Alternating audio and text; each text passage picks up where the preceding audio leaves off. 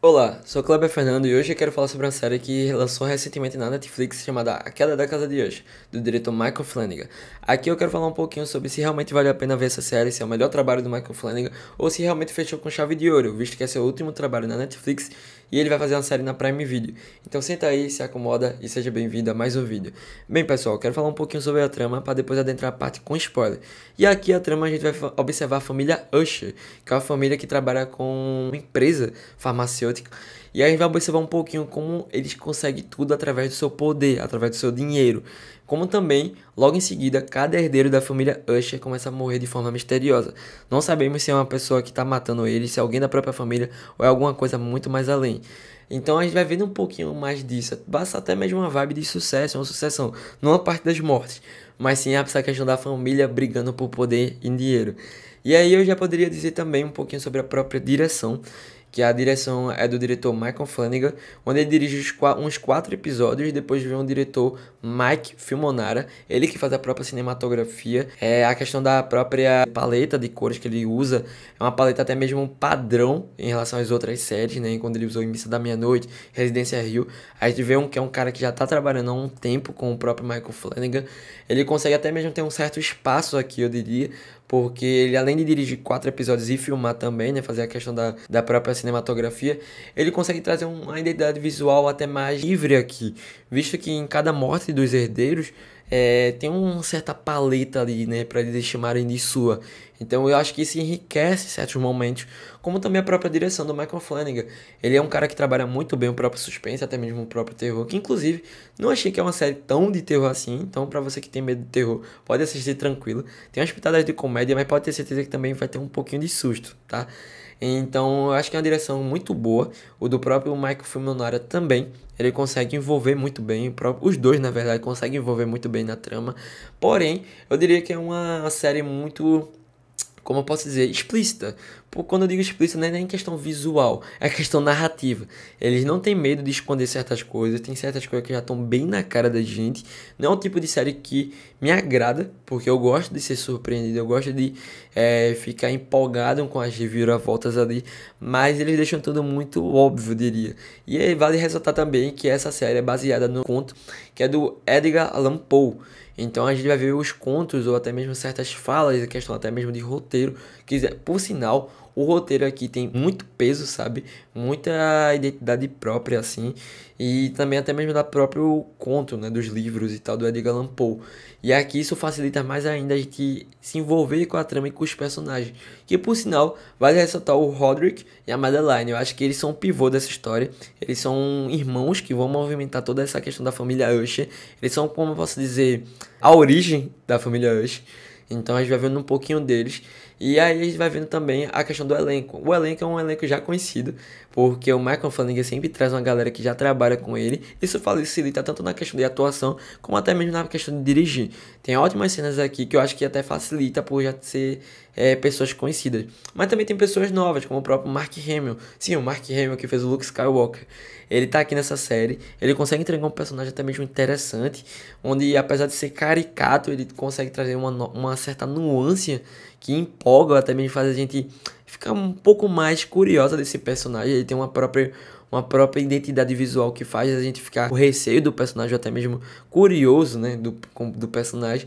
Então são um elenco muito rico, como também uma direção muito boa sobre a série como um todo. Já poderia dizer aqui que a série conseguiu me agradar em certos aspectos, mas também ao todo não tanto, pra mim não me agradou, porque como eu falei pra vocês, ela é muito explícita, ela é muito ali, muito óbvia, então isso pra mim me tira da imersão da série, porque eu acho que, sei lá, segundo episódio eu já tava me ligando o que tava acontecendo. Então, acho que não é uma série que me agradou tanto assim. Minha nota pra série vai uma nota 6. Pensei muito no sobre o que dá. Terminei até a série recentemente. E aí eu pensei em nota 6 por quê? Porque eu acho que devido a toda essa questão deles não se segurarem ou deixarem tudo muito óbvio, até mesmo eles, como eu posso dizer, trazer certos elementos visuais que faça ficar já na cara do que vai acontecer, tira o clímax da série, sabe? Mas poderia dizer também que ele surpreende aqui, trazendo certas coisas novas em questão de direção, como também coisas antigas baseadas em certas obras, que logo depois eu vou entrar em detalhe. Então, tipo, minha nota é 6. Recomendo para quem quer uma coisa mais tranquila, que você não precisa forçar muito a mente. Um elenco é muito bom, a direção também. E realmente o Michael Flanagan consegue trazer um trabalho muito bom. Ele consegue trazer um trabalho até mesmo melhor que o seu último trabalho antes desse, que foi o Clube da Meia-Noite. Aqui ele tem uma série muito enxuta, que é muito objetiva na sua própria trama. É uma série também um pouco densa, porque tem 1 hora de mais ou menos de episódio e às vezes fica um pouco mais do mesmo, não é uma coisa que sai muito do lugar. Então acho que poderia ser mais curtinho cada episódio. Acho que se fosse uns 40 minutos ou 45 minutos, acho que dava pra ver tranquilo. A maioria tem cerca de 1 hora. Então, como eu falei pra vocês, minha nota é 6. Então vamos agora à parte com spoiler. Bem, já queria já adentrar um pouquinho com a parte com spoiler, já falando sobre todo o contexto da própria série.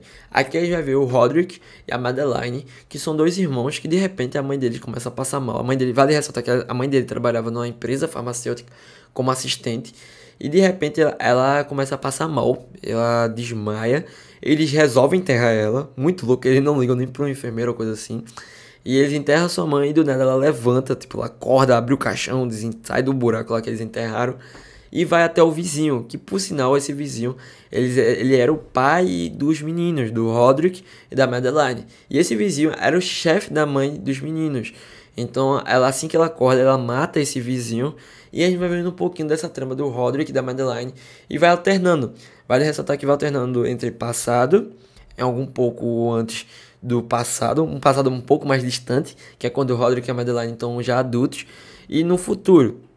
Claro que vale ressaltar que tem um momento que no futuro ali é um pouco antes dos herdeiros morrerem, e o futuro atual, que é onde a gente vai ver um pouquinho da história, que é justamente o Roderick conversando com um advogado, que eu lembro, August, ou Augusto. Eu vou chamar de Augusto, que é mais fácil. Então, aí vai ver um pouco do Roderick falando com o Augusto, e aí ele vai falando sobre toda a questão de como a sua família morreu e como todos tiveram essa queda, né? A queda da casa Usher. Então a gente vai observando um pouquinho disso, desse depoimento do próprio Roderick pro August, ou Augusto. Então aqui a gente vai observando um pouquinho, aí vai vendo que eles sempre foram muito ambiciosos, principalmente a Madeline, e a gente vai percebendo que eles começaram a trabalhar nessa empresa farmacêutica, onde tem um cara chamado Rufus, né?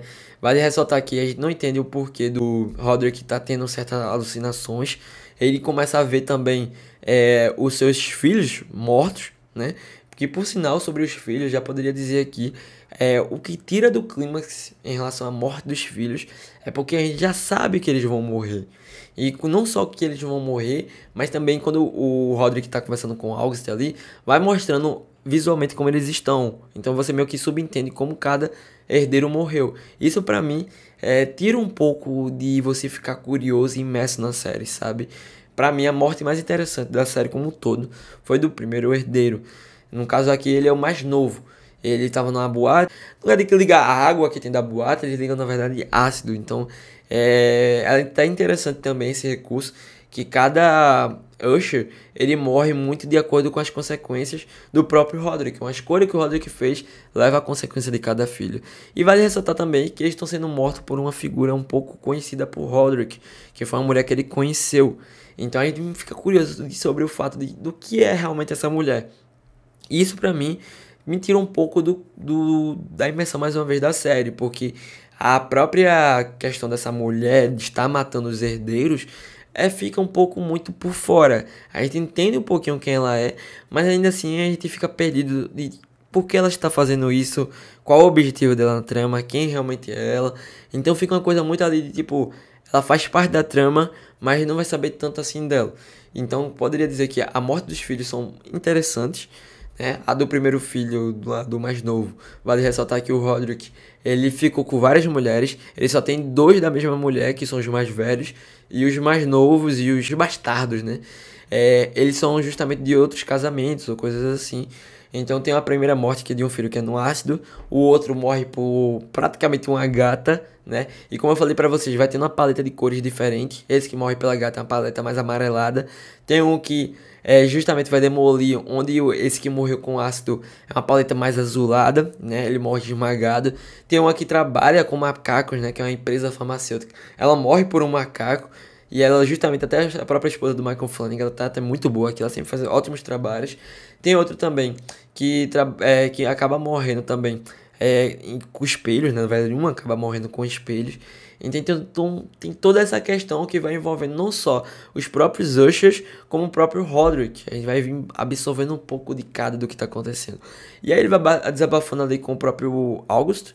E aí ele vai percebendo que tudo isso foi uma decisão que ele tomou lá atrás. Que quando ele era mais novo, ele matou o seu próprio chefe.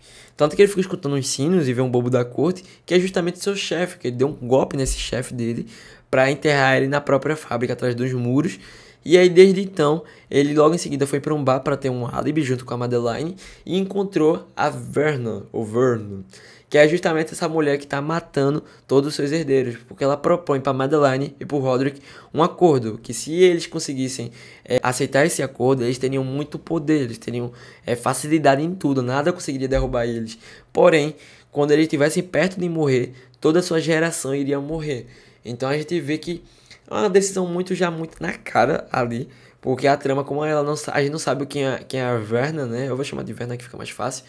A gente fica muito já óbvio do que tá acontecendo. A gente já sabe que o Roderick já tá ali tramando alguma coisa. Ou foi ele que tramou, ou a própria Madeline. Então a gente vai absorvendo toda essa questão das mortes do filho do Roderick, como também até da sua própria neta, que chega logo ao final da série. Ela tem que morrer porque ela é uma herdeira do Roderick. A Verna até não quer matar, ela diz que o trabalho dela requer certas coisas que ela não gosta de fazer.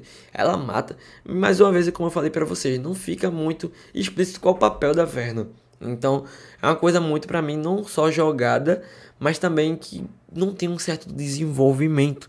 Ela só tem uma relaçãozinha com a Madeline e com o Roderick, mas não vai nada mais além, sabe?